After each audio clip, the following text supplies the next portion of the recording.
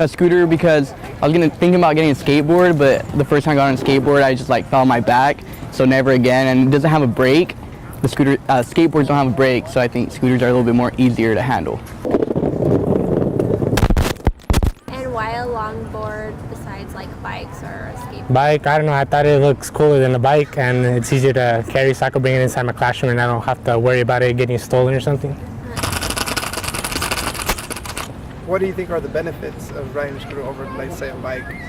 Than a bike?